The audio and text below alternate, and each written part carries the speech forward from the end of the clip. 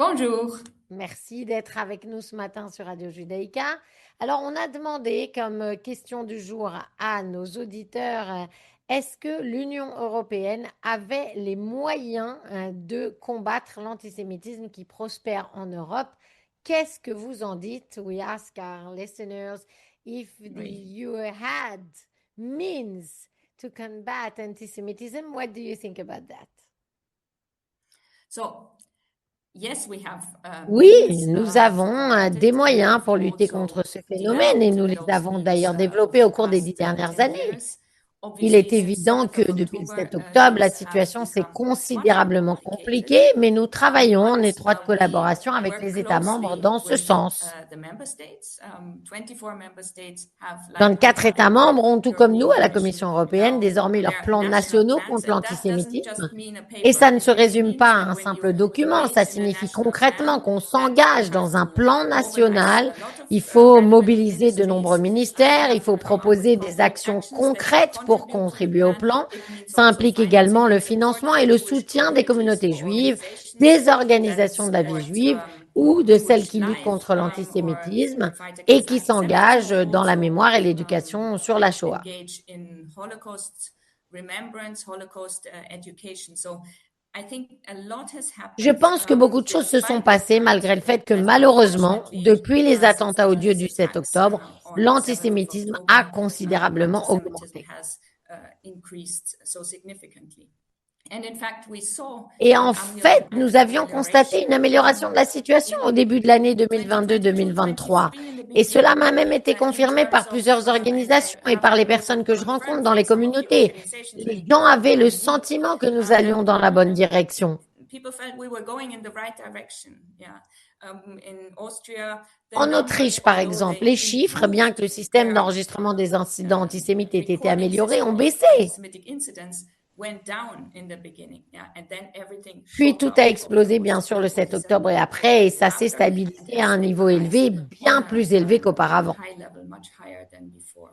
So yes, we have the Donc means, oui, and nous above avons des all, moyens, mais surtout nous coopérons we étroitement avec les cooperate communautés closely with juives et Jewish avec les États communities membres and with afin de the nous member states assurer que nous in order allons to make vers sure une that Union européenne we exempte really go d'antisémitisme, towards an ce qui est EU free l'objectif from que nous avons anti-Semitism, toujours inscrit dans which notre is the stratégie. aim that we have also on our strategy.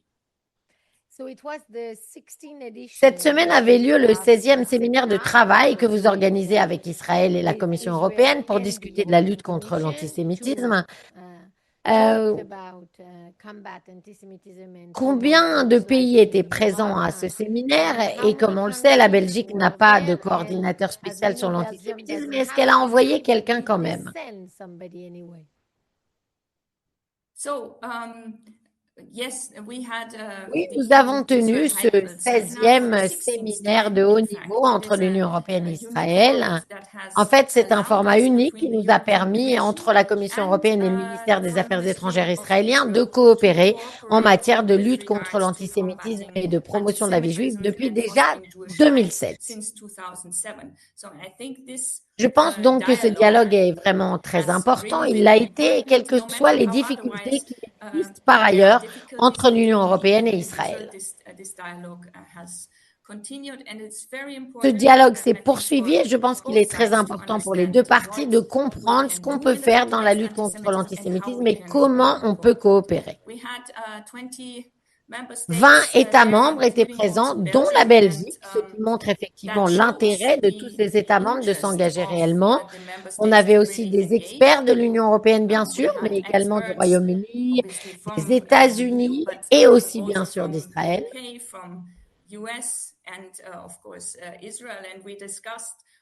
Nous avons d'une part discuté concrètement de ce qu'on peut faire, des initiatives à prendre, de la dénonciation de l'antisémitisme, et en étant très franc, en abordant toutes les différentes formes d'antisémitisme contemporain, et en sensibilisant le public au cas où une expression bascule dans l'antisémitisme et franchit la ligne rouge, surtout quand on parle d'antisémitisme lié à Israël.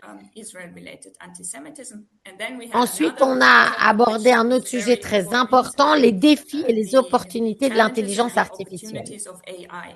comment est-ce qu'on peut réorienter les efforts actuels de l'intelligence artificielle qui sert surtout à créer des contenus et des discours négatifs, antisémites et sur les juifs, et au contraire, l'utiliser positivement dans la lutte contre l'antisémitisme?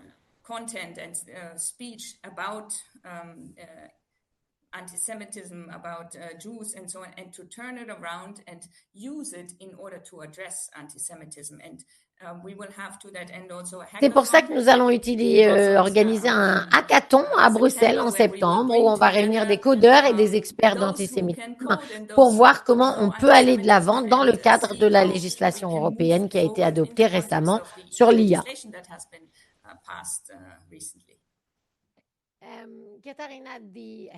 Katharina, ces dernières années, la haine en ligne a été vraiment l'un des thèmes que vous avez abordés. Et on a vu de très nombreuses formes de diffusion de propos antisémites et d'incitation à la violence et même de harcèlement de nombreuses personnes, des jeunes en particulier. Ça, c'est partout dans le monde. Est-ce que vous pensez que vous avez trouvé quand même pour l'instant des solutions ou une amélioration possible concernant ce thème spécifique de la haine en ligne?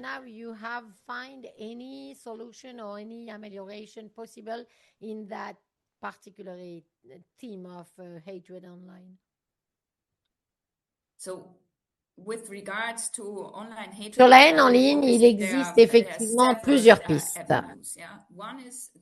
L'une d'elles est que nous sommes la seule région au monde, en tant qu'Union européenne, à avoir adopté une législation qui réglemente les plateformes et qui leur donne un cadre juridique qui dit qu'elles doivent divulguer à la Commission européenne le fonctionnement de leurs algorithmes.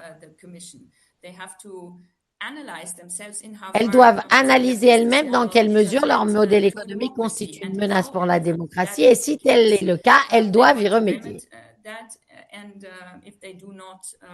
Si elles ne se conforment pas à la législation de l'Union européenne, nous pouvons les traduire en justice et ça peut entraîner des amendes qui peuvent atteindre 6% de leur chiffre d'affaires annuel. C'est beaucoup. C'est donc une législation très stricte et on a déjà engagé des procédures d'infraction contre presque toutes les grandes plateformes en raison d'une non-conformité dans différents domaines. Le deuxième aspect, c'est que nous sommes bien sûr en contact avec les plateformes, notamment pour déterminer ce qui peut être fait de leur côté.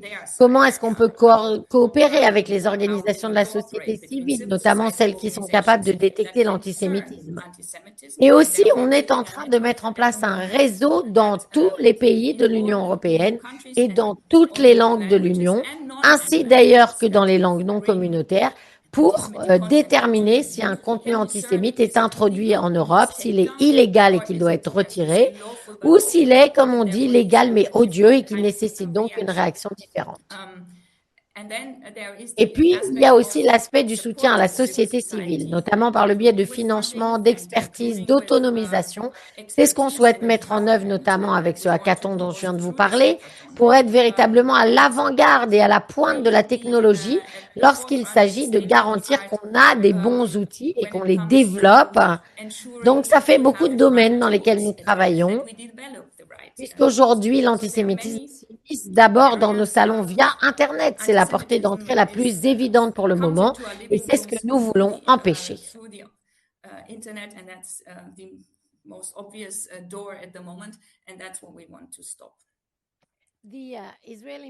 La mission israélienne a déclaré qu'elle voulait organiser la prochaine édition de ce séminaire à Jérusalem en 2026. Est-ce que vous pensez que c'est réaliste ou que ça va poser problème? Est-ce que vous imaginez que certains pays ne vont pas vouloir s'y rendre parce que c'est en Israël? Écoutez, ce séminaire a toujours lieu une année en Israël à Jérusalem et une année à Bruxelles. Donc, je pense que ça va continuer comme ça. Et c'est comme ça que nous discuterons et que nous pouvons apprendre les uns des autres. Par exemple, dans le passé, quand on était en Israël, on a visité le musée des combattants du ghetto de Varsovie. On a assisté à un dialogue sur l'identité entre des jeunes juifs israéliens et des arabes israéliens. Je pense que toutes ces choses sont très importantes pour nous, pour qu'on puisse aussi comprendre et en tirer des enseignements. Donc oui, cet échange qui consiste à organiser le séminaire tantôt là-bas, tantôt ici, c'est très fructueux, très important et on a entamé cette discussion dans l'Union européenne. Tout le monde s'accorde à dire, Katharina, que la volonté est là pour lutter contre l'antisémitisme. Mais au vu de ce qu'on a constaté, l'intensification régulière de la haine, le problème est qu'est-ce qu'on peut faire si tout ou presque tout ne fonctionne pas?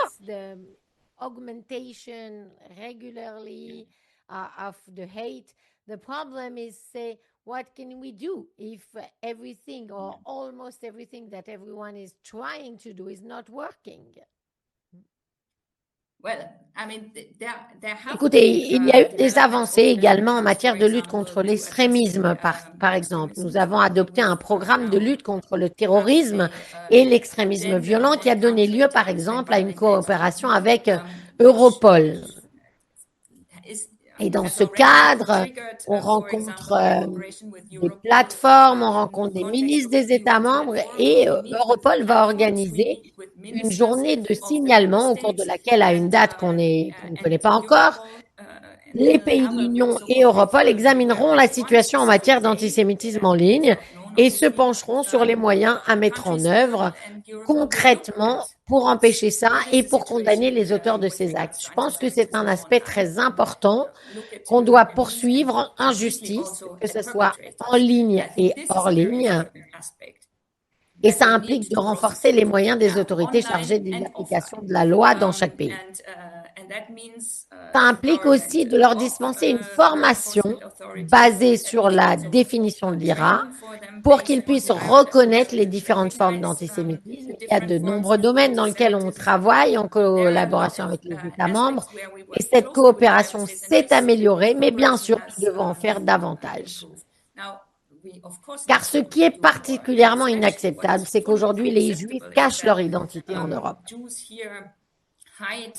Que ça soit par crainte pour leur sécurité ou pour d'autres raisons, ils regardent par-dessus leur épaule lorsqu'ils marchent dans la rue, ils cachent leur identité à l'université, sur leur lieu de travail et même à l'école.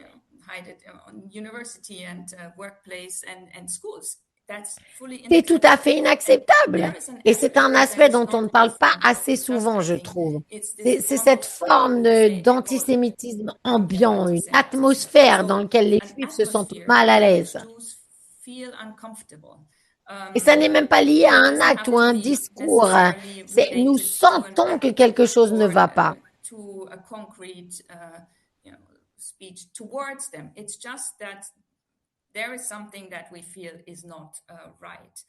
Et c'est peut-être là l'un des aspects les plus difficiles à combattre, car parfois quand on pense l'antisémitisme a commencé avec les camps de concentration ou avec des pogroms ou avec des attaques, comme on l'a vu récemment à la synagogue de Liège ou à Rotterdam ou à l'école d'Amsterdam et ainsi de suite. On se dit, ah bah oui, c'est de l'antisémitisme, mais l'antisémitisme, ça commence bien plus tôt que ça, quand les Juifs ne se sentent plus à l'aise en Europe. Et nous savons, d'après notre histoire, que lorsque les Juifs discutaient pendant le Shabbat ou au dîner s'ils devaient rester ou partir, ça n'a jamais été bon pour l'Europe.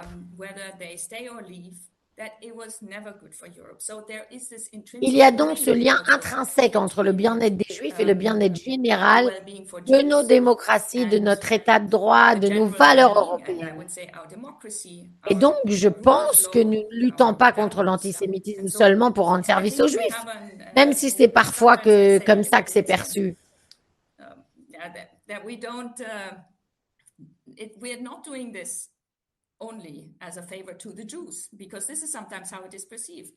D'ailleurs, en vrai, ça serait notre devoir de le faire, même si ça concernait que les Juifs, mais en réalité, ça va bien au-delà.